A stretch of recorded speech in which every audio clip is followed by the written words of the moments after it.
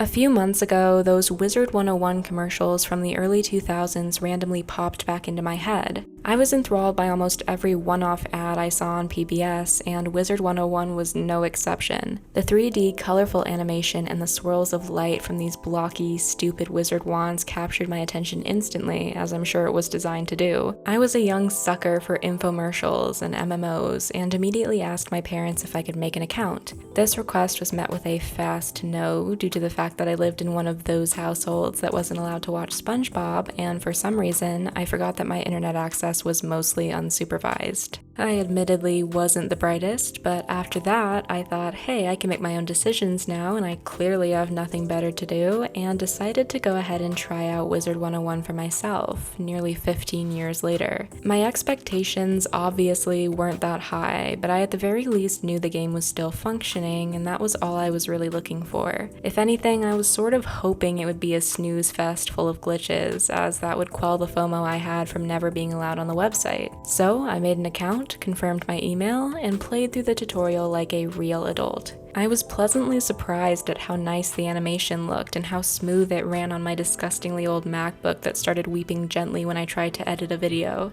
I was officially a death wizard, the most metal fucking wizard you could be, and I met up with some of the characters that I saw on my shitty box TV as a child, who spoke to me in turns. A fully voice-acted game can be quite a rarity nowadays, not to mention a voice-acted MMO. Unfortunately, each step seemed to prove that the bitter bitch attitude that I had was correct. It held up with grace, and learning how to battle in the tutorial section was genuinely a fun experience. My character breakdanced for 10 minutes straight, I think that was a glitch, and I pulled myself up by the bootstraps and won my first battle against Malistair's henchmen. I set foot out of the tower I spawned in, fuck-ass haircut and all, and readied myself to explore the world before me. I ran down the Harry Potter knockoff streets looking for some other people to talk to, and each passing minute revealed a vacant faction. It was so desolate, so quiet.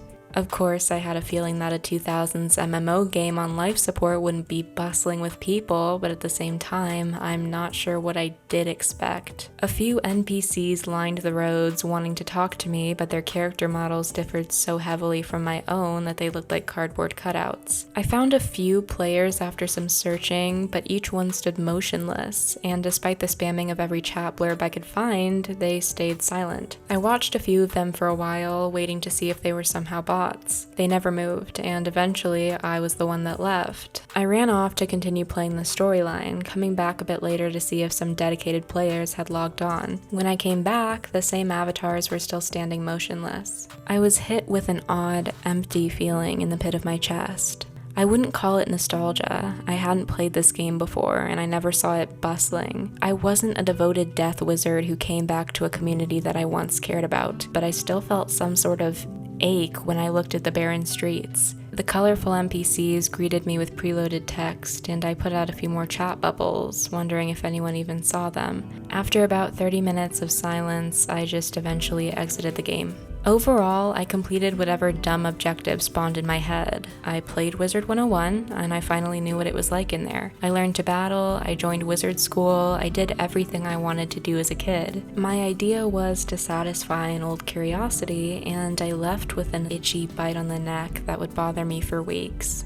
MMOs, or massively multiplayer online games, were an internet staple from the early 2000s to the 2010s. If you're watching this video right now, I'm gonna go ahead and assume you played quite a few of them as a child. Most of my after-school time was spent on a chunky desktop, hopping from virtual world to virtual world, grinding on games and decorating whatever version of a house I had on that site. The boom of online games brought a new horizon to the very concept of the internet for young kids and introduced online friends to many. Bright colors, mythical animals, cutesy designs, and magical elements ruled the genre, and for good reason. MMOs racked up millions of users each, and are a common marker of growing up in this era for a lot of people. The nostalgia market these days is absolutely massive, and I love to feed into it myself. I'm a Neopets player, I bought Monster High dolls a couple months ago, and I still listen to the same music I loved when I was 12. I'm not the only one either. So many social media accounts, brands, and advertisements have leaned into this nostalgia core style. From re-releasing Littlest Pet Shops to selling 90s themed clothing and filling Depop with Y2K listings, companies know what people are looking for, and that is an escape from adult life. Anyway, with all that said, the urge to log on to an old online game gets stronger as the years go on, and many of the websites I've tried to rejoin have come up dead. Fantage, Moshi Monsters, Toontown, Club Penguin, Our World, Pixie Hollow, the list goes on. Walking through the memories of the games I used to play feels like trudging through a graveyard, but a few still remain strong. Those lone survivors will be our topic today. Let's dive into some abandoned virtual worlds.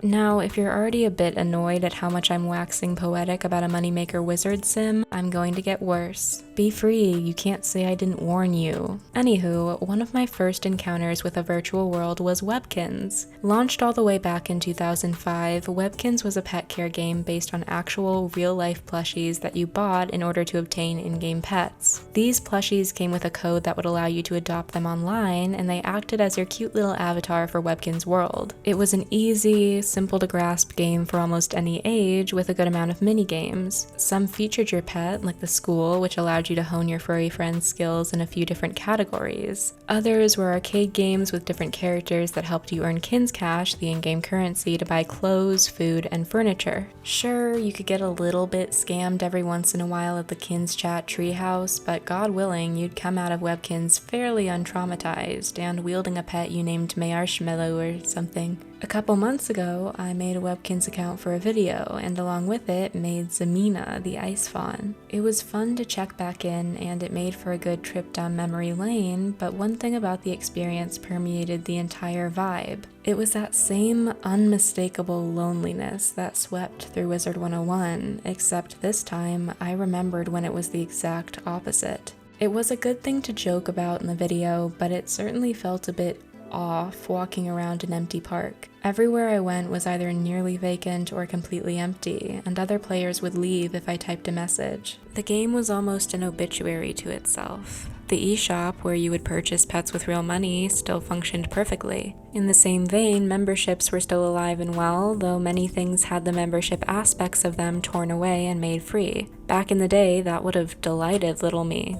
It was still good to see, but I could feel the stark difference in eras. Some of the old art had been replaced with new, modern versions, while some designs survived the years. Webkins' world was, in many senses of the word, the same, but it was also different. The features I remember from years ago are still in pristine condition, and most games can still be played. It isn't broken in the way that many of the surviving sites are, but that almost leaves you with a ghostly, haunted feeling. It wasn't left to rot, it was cared for, at least in some ways. To be fair, I can't imagine that many veteran players who still log in daily are constantly hanging around the parks waiting to chat, but wandering through the scenes that I had remembered from so many years prior made me feel alone, like everybody was there and suddenly disappeared, like no time had passed.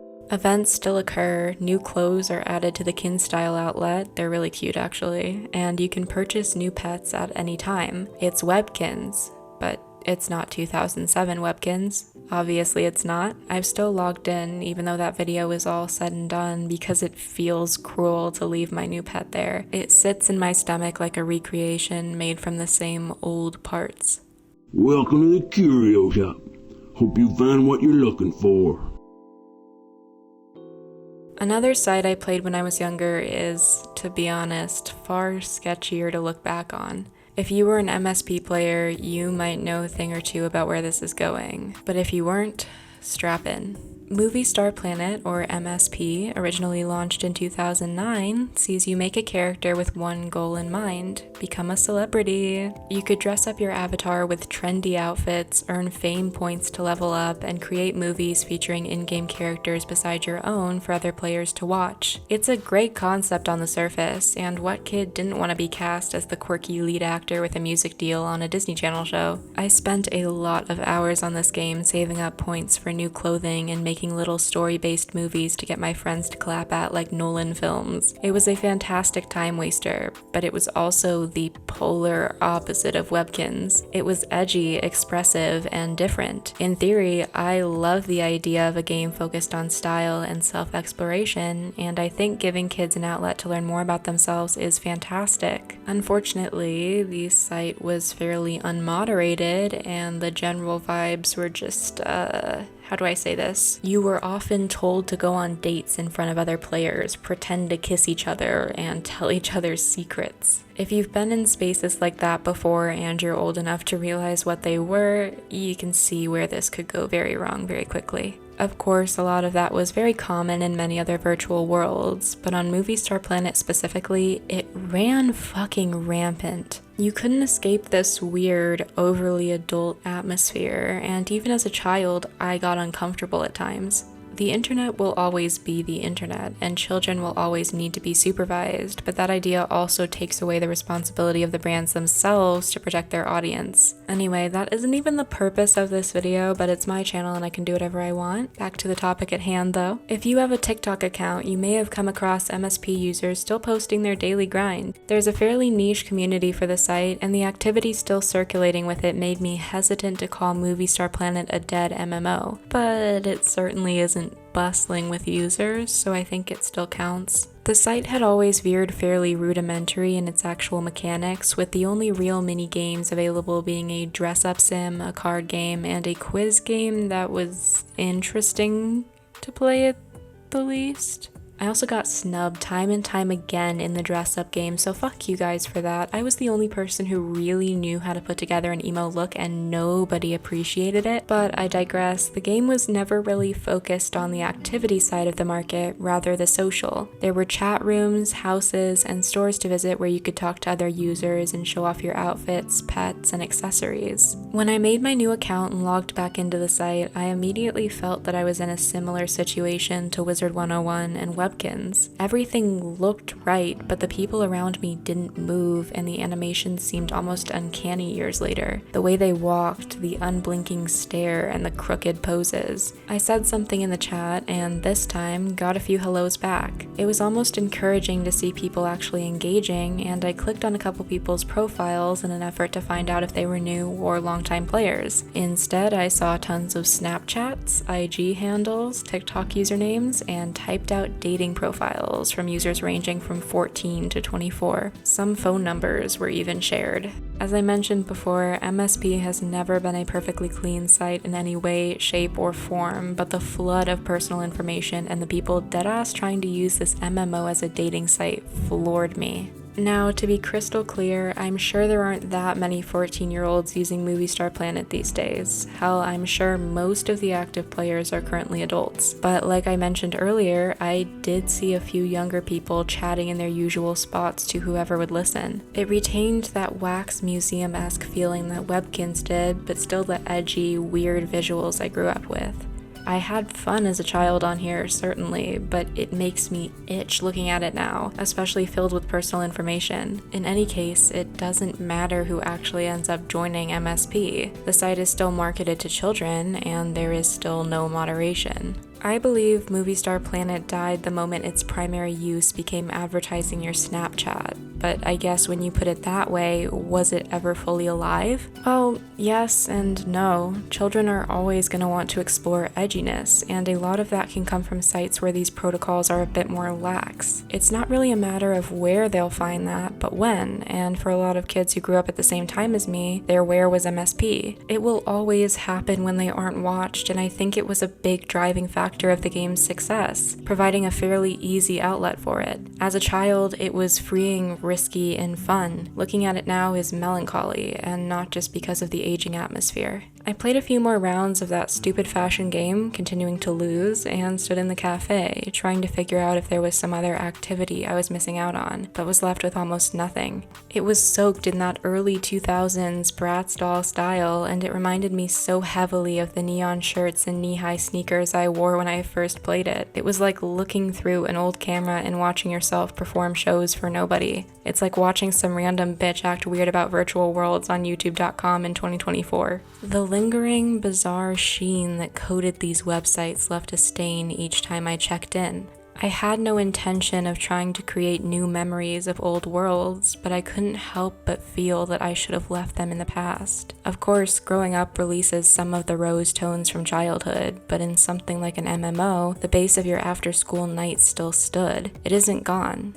Not yet, but it lives in a constant dreamlike state. You can't say hi to your old Skype friends. You can't go to the book fair. Your scented highlighters dried out years ago. I can talk to the old me that dressed up their Webkins and became a movie star, but I can't reach the world they lived in. It's a one-way call, and the other line can't hear me. I can yell, I can scream, and I can kick my feet, but that doesn't change that they can't hear me. I don't have my Moshi Monsters keychains these days, but the images of them are bright and candy-coated in my head. I can't remember my old usernames. They probably had something to do with peaches. My favorite fruit is still a peach, and I finally cut my hair short like I always wanted. Webkins is the same, but different.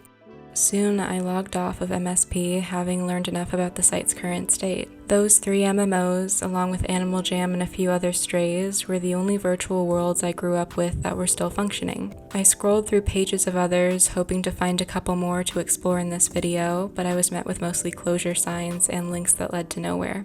Club Penguin, Fantage, Moshi Monsters, Toontown, and Pixie Hollow had said their goodbyes long ago. The Virtual Worlds wiki, which I tried to cross-reference for this video, though entirely unhelpful, was made up of more defunct sites than living ones, and more missing entries than not. Like I said at the beginning of this video, nostalgia marketing is very prevalent nowadays. TikTokers base their careers off of rehashing old memories, and brands are launching crackle nail polish again. Time is a loop, and trends continue to revolve around and around, leaving us to watch. I get into these periods where I'm driven to revisit pieces of my childhood, whether it be movies, toys, or these virtual worlds. It never quite fills the gap, and it takes up only a few hours of my week, but it emerges like a cough that's lingered for years. I never get any real reward from diving back into my old self, but it feels almost routine to do. It's a conversation more often than not. I question how these sites are still running. The CEOs have stopped doing interviews and the staff has no say. It's impossible to research things that have gone unarchived, yet I can still visit them like an old friend. It's a bizarre position to watch from, seeing a dead website breathe heavily. I have no idea how to conclude this video, mostly due to the fact that I wanted to tie it together with the thought that most rewritten or remade MMOs seem to have dozens of users online daily. And, why wouldn't they? These websites don't monetize their creations at all, meaning former membership features are now available for use by any player. The passion put into creating a rewritten site like Moshi Monsters Rewritten comes from a place of pure nostalgia and care for the project itself. Usually, these sites are updated and maintained by longtime players who wanted to restore their childhood games into bigger, better, smoother versions that were accessible. But I don't know. Something's still not right. Something still doesn't work here. It's just not what I remember, but it's exactly what I remember. Maybe it's the fact that the internet has changed. Maybe it's the fact that I've changed. Either way, I'd give anything to sit at that chunky old desktop again. But this video isn't about rewritten sites, and it felt odd to leave it off in that tone. I'm not sure why I made this in the first place. I think it's mostly a question of, hey, do you feel this weird, liminal, uncomfortable sensation when you look at an empty virtual world too? More than ever, I think that people are missing the world we used to have, and that's common. Nostalgia is the most common sensation I feel half of the time, but that doesn't make it any easier to stomach. There's a certain poetry to the emptiness that we see here, to the fact that nobody is listening and you can say whatever the fuck you want in those old, nasty looking 3D renders. You've never been older, you've never had more memories under your belt, and yet you still somehow feel completely alone. Anyway, here I am in 2024, playing Wizard 101 and making a video about it. This was originally written to have a point, and perhaps it does to you.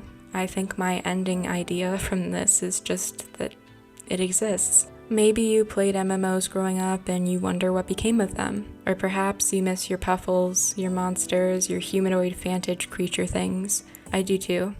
Maybe at some point we'll feel the same curiosity together and log into a dying MMO at the same time and speak for a minute. Or maybe we spoke once in 2012 in an online plaza. I'll never know. Thank you for watching this fairly pointless video. I hope you enjoyed it. I hope it didn't seem too art house Anthony Fantano. I love you all so much, and let me know what weird, gross, odd, uncomfortable feelings that you get from visiting an MMO. I'll see you next time. Bye.